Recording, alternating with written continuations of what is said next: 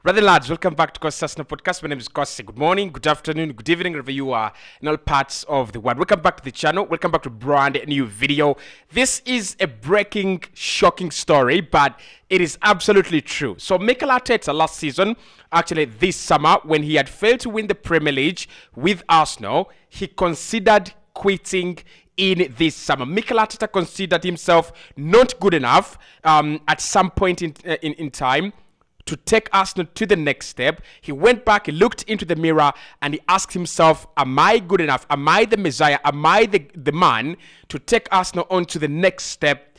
And somehow he convinced himself he was still the right man. Now, the big question I want to ask you in the comment box below is, this season, what are your expectations of Mikel Arteta? And if Arteta doesn't win anything completely, we say he doesn't win the Premier League, he doesn't win the Champions League, he doesn't win the FA Cup, he doesn't win the Carabao Cup as well, do we consider sacking him? Do we consider going on to the next level of a manager, right? Bringing in a proven manager, the caliber of Carlo Ancelotti. I want your thoughts, I want your opinions.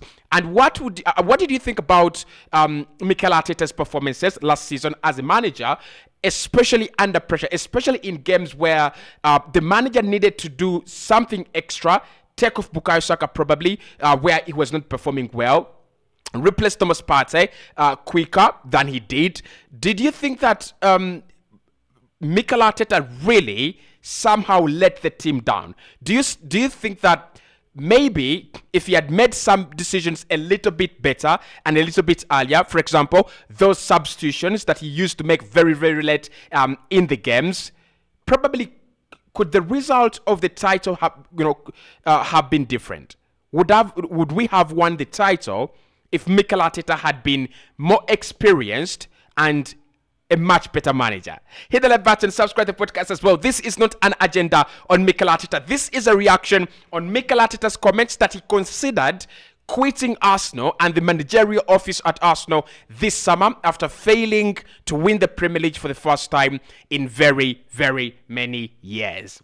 So let's get into what actually has been, quoted. And this comes in from the Daily Express. So they're saying Mikel Arteta has admitted he questioned whether he was the man to take Arsenal after last season's ending in failure to win the Premier League title.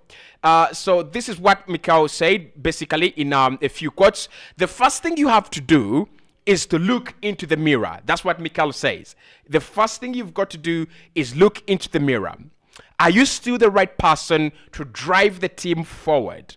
You've got to ask that question after missing out on a huge opportunity to win the Premier League. He says, I think it took a big reflection, but the answer is yes. I'm going to stay, and I think I'm the right manager. I'm the right person to take Arsenal on to the next step, and I'm the right person to take Arsenal onto the big honors and the big stage. Now, that is so important. I personally didn't know that Mikel Arteta considered quitting until like a couple of minutes ago. When I saw that story, I said, I'll bring it to the boys, I'll bring it to the lads, I'll bring it to the girls on this channel, and we will discuss it. Now, a manager considering quitting, we've always seen managers quit, especially on the national, teams. They always quit, for example, if he doesn't win the World Cup, if he doesn't win the African Cup of Nations, if he doesn't win the Euros. We've seen managers quit. Managers go, I don't think I'm the right person. I don't think this job is right for me. I kind of feel like I'm holding the team back. So I'm going to step aside. You get a better manager, and that manager will definitely take the project, take the team to the next level.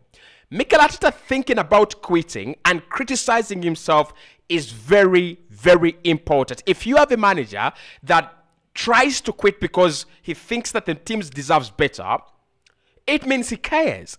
It really means he cares. It really means that he's concerned about the future of the club. He's concerned about the level at which you're performing. He's concerned about winning. He's concerned about making Arsenal great again. And that is the mentality that you want from your manager. If the manager can self-criticize himself, if the manager can do self-appraisal, it means that the kind of players we have in the side are players that can do self-appraisal. And we've had a lot of comments from Arsenal players last campaign, the likes of Saka, who's saying we cried a lot, but in the end, we blamed ourselves. We were actually not good enough. So if players feel they were not good enough to win the title, what happens is that they will collectively act together and they will take the team to the next big stage. They will individually and collectively feel obliged for the travesties that happened in last season, and they will eventually work as a group to become better, which actually we need. We need better players. We need our players to become better, but also to make the club better and great again. So the mentality that we see from the players actually is communicated right from Mikel Arteta. I love the mentality. But was Mikel Arteta responsible? Let's start here.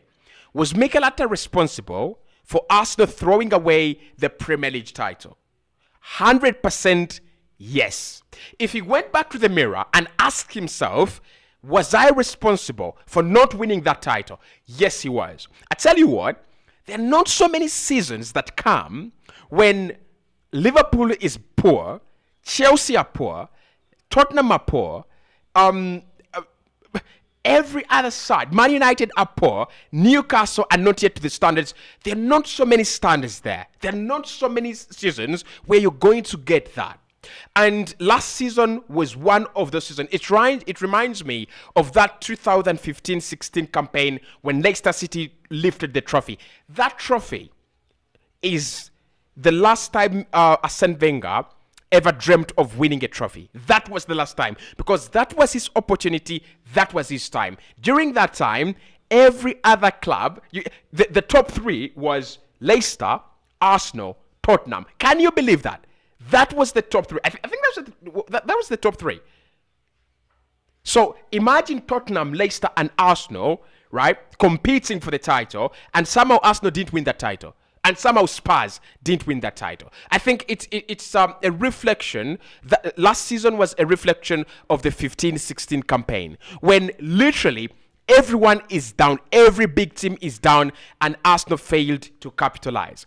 There are not so many seasons where you will be on top of the table for 248 days when you're being chased by a quality side like Manchester City's Pep Guardiola, right? There are not so many seasons. There are actually very, very few seasons. So we should have capitalized. And Mikel Arteta is clearly to blame. Some of the decisions he made, some of the substitutions he didn't make, some of the decisions he didn't make, and some of the very, very poor, stubborn decisions that we saw in last campaign. Mikel has got to go, I'm sorry, I was to blame. I think there are three things we can talk about here. One, the substitutions that came very late. There are times when you clearly see that Martinelli is out of the game, and you have Leandro Trossard on the bench. There are times when you see Saka is clearly out of the game. It doesn't matter if he's a very good player. It doesn't matter if he's your favorite guy. He's not playing well, and you're looking at the bigger picture. I think last season we saw Mikel Arteta being carried away by, he is my favorite player, rather than we have to win the title. I think there's so many games where Saka should have dropped. There's so many games where Martinelli should have dropped. And Reece Nelson and Leandro Trossard had proven themselves as reliable players in terms of panic, in terms of pressure, and we didn't actually do it. We didn't give Reece Nelson a chance. We didn't give Leandro Trossard a chance. If we had done that, probably we would be speaking about something different. There was a time when Thomas Partey really, really was very, very poor. And you could easily see that it was just dropping him quicker than later so that we don't lose points. After losing points, after the title slipping through our hands, that is when he replaced him with Jorginho. So he's got to learn those things, that you might have a favorite player like Odegaard. You might have a favorite player like maybe Gabriel Jesus. But if he's not performing at that particular point in time, you've got to drop him and play a player that is actually much better. That is why we ask for competition. That is why we ask for a bigger squad. That's why a squad has 20 plus players rather than 11. So that is mistake number one. The substitutions and a favoritism actually cost him the title. Number 2, stubborn decisions. I think when it comes to being stubborn as a manager, Mikel Arteta, Jurgen Klopp were the most stubborn managers in the league last campaign.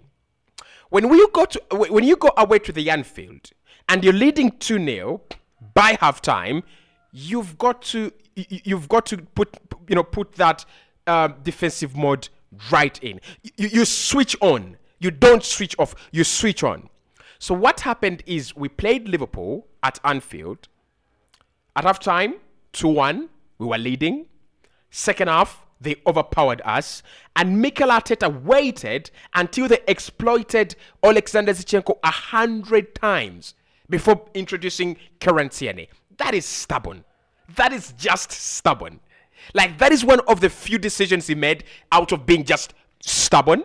But there's so many other decisions he actually made because he was just stubborn. So in my opinion, he's got to understand you don't need an ego to be a good manager. You just need to be flexible. And I think he's a flexible guy.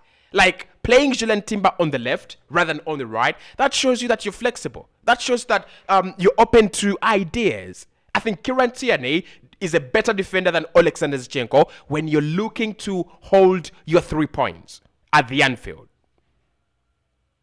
So I think he was stubborn. I think his decision-making last season let him down.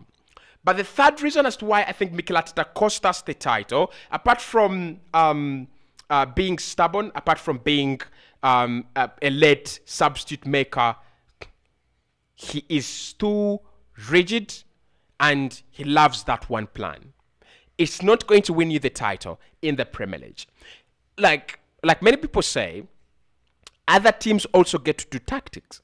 Other teams are also hiring managers. Other teams are also buying players in the market. So during the first part of the season, dominating games and creating huge chances worked for us very well. We won like 20 games. So that was very, very okay, and it worked for us. But there came a time when we needed to be flexible. There came a time when Mikel Arteta needed to adjust a little bit. There was a time, for example, I'll give you an example. The Everton-Goodson Park game. Everton clearly knew what we were going to do. Everton clearly came to stop what we had been doing for a whole season. Sean Dyche had clearly seen through what we had been doing throughout the whole season, and he came to stop that. I think as a good manager, you've got to go with a plan B that is so astronomically shocking for Everton. That has been done by Pep Guardiola a lot of the time. So he's played a false 9 a lot of the time. He's played these very high wingers like Grealish and Riyad Mahrez, and then he's also played very, very high fullbacks in Joao Cancelo and Kai Walker. But he has realized that people have seen what he's all about. So he's gone, I'm going to be flexible and I'm going to change each and everything. I'm going to play with four center backs. And everyone has said, why does he play with 4 center backs? He's changed the system. So Mikel needs to know, and this is going to be very key in his career as a manager. It's one of the reasons why Arsene Wenger eventually was overpowered, because everyone could see what he was going to do every single game and every single season. If Everton come to play a low block and they bring in physicality and they're going to be bullies in midfield, you have to live up to the challenge. They blocked Saka, they blocked Martinelli. You've got to find another way. So I think those are the 3 reasons why Mikel Arteta threw away the title. But I'm going to be honest. There was no single time last season where I thought Mikel Arteta should be sacked. There's no single time last season where I thought Arteta would consider quitting. Because what he had achieved was far greater than what we had expected. We had thought Arsenal would be 3rd, 4th, oscillating between those 2 positions and fighting, punching blows with Liverpool, Man City, Newcastle, not Man City really, but Man United, and all these other clubs that were going to fight for the top 4. We actually overpowered Man United, Newcastle, who came third and fourth respectively. And we literally obliterated and annihilated Chelsea, right? So he massively overperformed, yet he also critically underperformed by his own standards. This is what I'm going to say. I don't want Mikel Arteta to go. I think he's a good manager. I think his identity is good, but he will need to mature up quicker than his players. He's got a challenge and he knows that. The challenge is that his players are younger than him and he's a younger manager. So he's a young manager. This is going to be his fourth full season in the office of Arsenal manager. It literally means that you're a young manager. Like you're just a kid. But then he's coaching kids. Okay? So he needs to man up. He needs to become stronger. This might not be his season, but his season will eventually come, right? The fact that he considered quitting really baffles me, because that means that this season, if it doesn't go well, we might not see Mikel Arteta. We might see him quit. And that will be actually very, very scary, because you don't want another manager coming in the middle of the project. You want Arteta to be here for like 10 years, right? You want him to stay there for 10 years, and after those 10 years, he can move on, and we can bring in a new manager who builds something very, very new and something very, very different. So this season, do we sack him if he fails to win? No. He's got the backing. He's got the money. He's got the players. The players are well paid. The facilities are available to him. So he will feel indebted and obliged to win. And I think that is the feeling that you need to go with in a new campaign. Still, Mikel, you are still untouchable. I think you've done wonders at Arsenal. Please don't leave. As simple as that. Let me know your thoughts in the comments.